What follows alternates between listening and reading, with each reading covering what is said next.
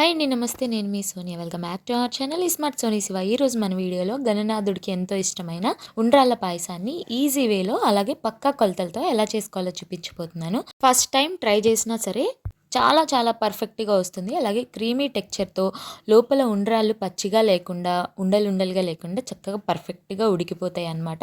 నేను చెప్పే ప్రాసెస్లో కనుక ఒకసారి ట్రై చేస్తే చాలా చాలా పర్ఫెక్ట్ ఉండ్రాళ్ళ పాయసాన్ని అయితే చేసేస్తారు ఎవరైనా సరే. చాలా చాలా టేస్టీగా ఉంటుంది. పాలు విరిగిపోకుండా ఎలా చేసుకోవాలో కూడా చెప్పేస్తాను. సో ఇక లేట్ చేయకుండా వీడియోలోకి వెళ్ళిపోదాం పదండి. ముందుగా మనం పచ్చిశనగపప్పును అయితే నానపెట్టుకోవాలి. 2 టేబుల్ స్పూన్ల పచ్చిశనగపప్పుని ఒక బౌల్లోకి వేసేసుకొని అందులోకి వాటర్ వేసుకొని ఒక గంట పాటు ఈ పచ్చిశనగపప్పుని నానపెట్టుకోవాలి. ఇప్పుడు స్టవ్ మీద బాండి పెట్టేసుకొని అందులోకి ఒక 1 టేబుల్ స్పూన్ దాకా నెయ్యి వేసేసుకొని ఇందులోకి కొన్ని డ్రై ఫ్రూట్స్ని అయితే వేసుకొని వేయించుకోవాలన్నమాట. నేను ఇక్కడ వచ్చేసి జీడిపప్పు, కిస్మిస్ అలాగే ఎండు కొబ్బరిని అయితే వేసుకుంటున్నాను డ్రై ఫ్రూట్స్ కింద.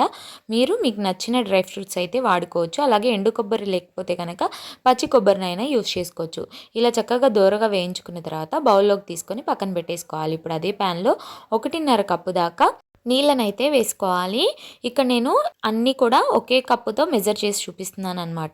ఇందులోకి మనం ముందుగా నానపెట్టుకున్న పచ్చిశనగపప్పుని సగం వేసుకోవాలి. అలాగే ఒక 1/2 టీ స్పూన్ ఉప్పు వేసుకోవాలి. అలాగే ఒక 1 టేబుల్ స్పూన్ దాకా బెల్లం తురుమును కూడా వేసుకోవాలి.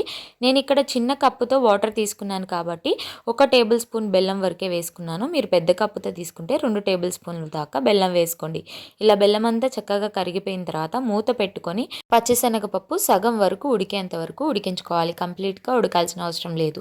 సో ఇప్పుడు ఇందులోకి ఒక కప్పు దాకా బియ్యం పిండిని అయితే వేసుకోవాలి. నేను ఇక్కడ పొడి బియ్యం పిండి వాడుతున్నాను. మీకు ఇష్టమైతే తడి బియ్యం పిండి అయినా వేసుకోవచ్చు. అలాగే నేను ఇక్కడ అన్నీ కూడా ఒకే కప్పుతో మెజర్ చేసుకుంటున్నాను.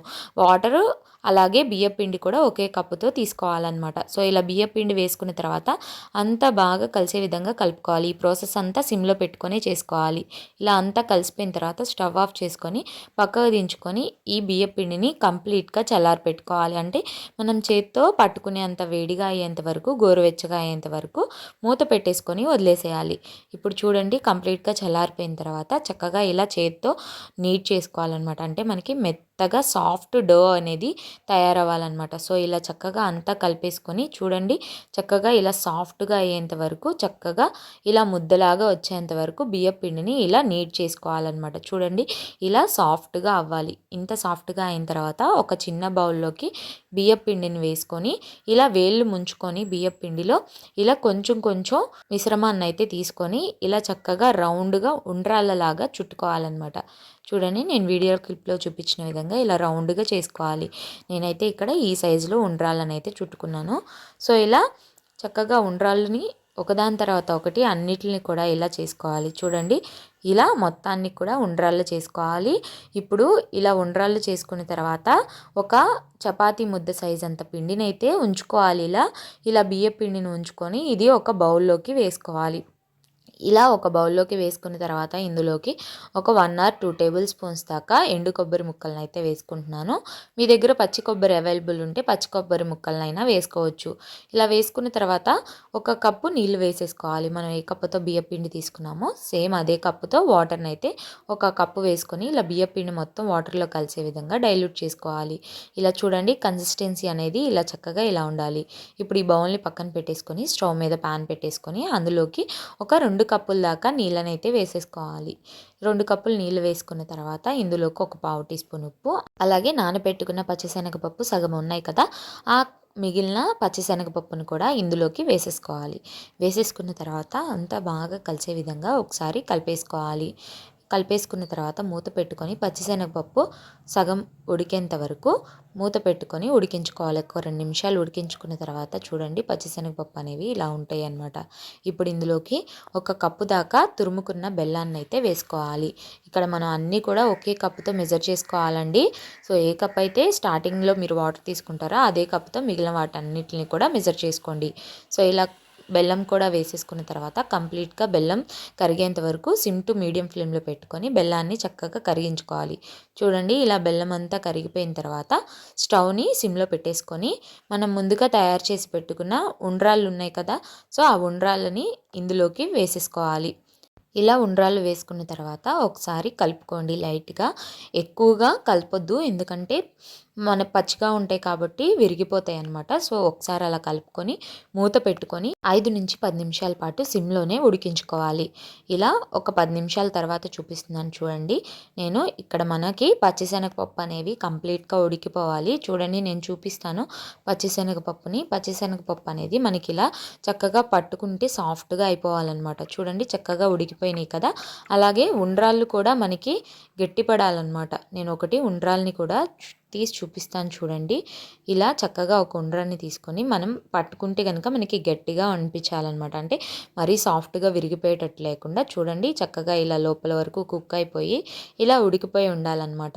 ఇలా ఉడికినంత వరకు ఉడికించుకోవాలి మీరు. పచ్చిశనగపప్పు కంప్లీట్గా ఉడికిపోవాలి, ఉండ్రాలు కూడా ఇలా ఉడికిపోవాలి. ఇప్పుడు ఇందులోకి ముందుగా మనం కలిపి పెట్టుకున్న కొబ్బరి అలాగే బియ్యపిండి ఉంది కదా, సో దాన్ని మొత్తాన్ని కూడా ఇలా ఈ ఉండ్రాళ్ళల్లో వేసేసుకోవాలి. వేసేసుకున్న తర్వాత అంతా బాగా కలిసే విధంగా చక్కగా కలిపేసుకోవాలి.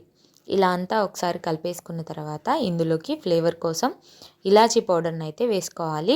ఒక పావు టీ స్పూన్ దాకా ఇలాచీ పౌడర్ని అయితే వేసేసుకోండి. ఇలాచీ పౌడర్ కూడా వేసుకున్న తర్వాత అంతా బాగా కలిసే విధంగా ఒకసారి చక్కగా కలిపేసుకోండి. ఇలా చక్కగా అంతా బాగా కలిసిపోయిన తర్వాత మూత పెట్టుకొని ఈ ఉండ్రాళ్ళ పాయసం అనేది కొంచెం చిక్కబడిన దాకా ఉడికించుకోవాలి. ఇప్పుడు పలుచగా ఉంది కదా, సో కొంచెం చిక్కబడిన దాకా ఇలా ఉడికించుకోవాలి. ఇలా 1-2 నిమిషాలకి ఇలా చక్కగా చిక్కబడిపోతుందండి. ఈ ప్రాసెస్ మొత్తం సిమ్లో పెట్టుకొని చేసుకోండి, లేదా అడుగు మాడిపోతుంది. ఇలా చక్కగా చిక్కబడిన తర్వాత స్టవ్ ఆపేసుకొని మనం ముందుగా ఫ్రై చేసి పెట్టుకున్నాం కదా ఈ డ్రై ఫ్రూట్స్ని ఇందులోకి వేసేసుకోవాలి. వేసేసుకున్న తర్వాత ఈ డ్రై ఫ్రూట్స్ అన్నీ ఈ ఉండ్రాళ్ళ పాయసంలో చక్కగా కలిసే విధంగా ఒకసారి కలిపేసుకొని చక్కగా ఈ ఉండ్రాళ్ళ పాయసాన్ని పక్కగా దించేసుకొని కంప్లీట్గా చల్లారిపోనివ్వాలి. ఇది కంప్లీట్గా చల్లారిపోయిన తర్వాత కాచి చల్లార్చుకున్న పాలనైతే 1 కప్పు వేసుకోవాలి. ఏ కప్పుతో మనం అన్నిటిని మెజర్ చేసుకున్నామో అదే కప్పుతో నేను ఇక్కడ 1 కప్ అయితే వేసుకున్నాను. ఇక్కడ పాలు విరిగిపోకుండా ఉండాలంటే మనకి ఉండ్రాళ్ళ పాయసం అనేది వేడి ఉండకూడదు, అలాగే పాలు కూడా కంప్లీట్గా చల్లారిపోయి ఉండాలి. సో గుర్తుంచుకోండి. అలాగే ఇక్కడ మీ స్వీట్నెస్కి తగ్గట్టు పాలను అయితే యాడ్ చేసుకోవచ్చు. 1 కప్పే వేసుకోవాల్సిన అవసరం అయితే లేదు. నేనైతే ఇక్కడ 1 కప్పు వేసుకున్నాను. ఈ కప్పు అయితే కరెక్ట్ మెజర్మెంట్ అనమాట. సో చూడండి మనకి క్రీమీ టెక్చర్తో ఇలా ఉంటుందన్నమాట పాయసం అనేది. ఒక కప్పు పాలైతే కనుక వేసుకుంటే మీకు ఇష్టమైతే ఇంకొక ఎక్స్ట్రా ఒక కప్పు వరకు కూడా యాడ్ చేసుకోవచ్చు. మీరు స్వీట్నెస్కి తగ్గట్టు పాలనైతే యాడ్ చేసుకోవాలి. చూడండి చక్కగా ఇలా పాలు వేసుకున్న తర్వాత అంతా బాగా కలిసే విధంగా కలిపేసుకున్న తర్వాత పాయసం అనేది ఇలా ఉంటుందన్నమాట. అంతేనండి, చక్కగా ఇలా పాయసాన్ని బౌల్లోకి సర్వ్ చేసుకొని గణనాథుడికి నైవేద్యంగా పెట్టడమే. చాలా ఈజీగా చేసుకోవచ్చు. పాలు విరగకుండా ఉండాలి అంటే కనుక మీరు కంప్లీట్గా పాలని చల్లారిపోయిన తర్వాతే రెండింటిని మిక్స్ చేసుకోవాలన్నమాట. సో ఈ చిన్న చిన్న టిప్స్ని పాటిస్తూ ఈ వినాయక చవితికి మీరు కూడా ట్రై చేయండి. చాలా చాలా బాగుంటుంది. ఇలా చేసి పెట్టారంటే మీ ఇంట్లో వాళ్ళు తప్పకుండా మిమ్మల్ని మెచ్చుకోకుండా ఉండరు. అంత బాగుంటుంది. చూస్తుంటేనే తెలుస్తుంది కదా క్రీమీ టెక్చర్గా ఎంత పర్ఫెక్ట్గా వచ్చిందో. సో తప్పకుండా ఈ వినాయక చవితికి మీరు కూడా ట్రై చేయండి. ట్రై చేశాక ఎలా వచ్చిందో మీ ఫీడ్బ్యాక్ని నాతో షేర్ చేసుకోవడం అస్సలు మర్చిపోవద్దు. ఈ వీడియో అయితే నచ్చిందనే అనుకుంటున్నాను. వీడియో నచ్చితే కనుక ఒక లైక్ చేయండి. మీ ఫ్రెండ్స్ అండ్ ఫ్యామిలీ రిలేటివ్స్కి షేర్ చేయండి. ఇంకా ఇలాంటి ఎన్నో ఈజీ అండ్ హెల్దీ రెసిపీస్ కోసం స్మార్ట్ సోనీ శివ ఛానల్ని సబ్స్క్రైబ్ చేయండి. ఈ వీడియో అయితే ఇంతే. మరొక మంచి వీడియోతో మళ్ళీ మీ ముందుకు వచ్చేస్తా. అంతవరకు సెలవు. Bye all.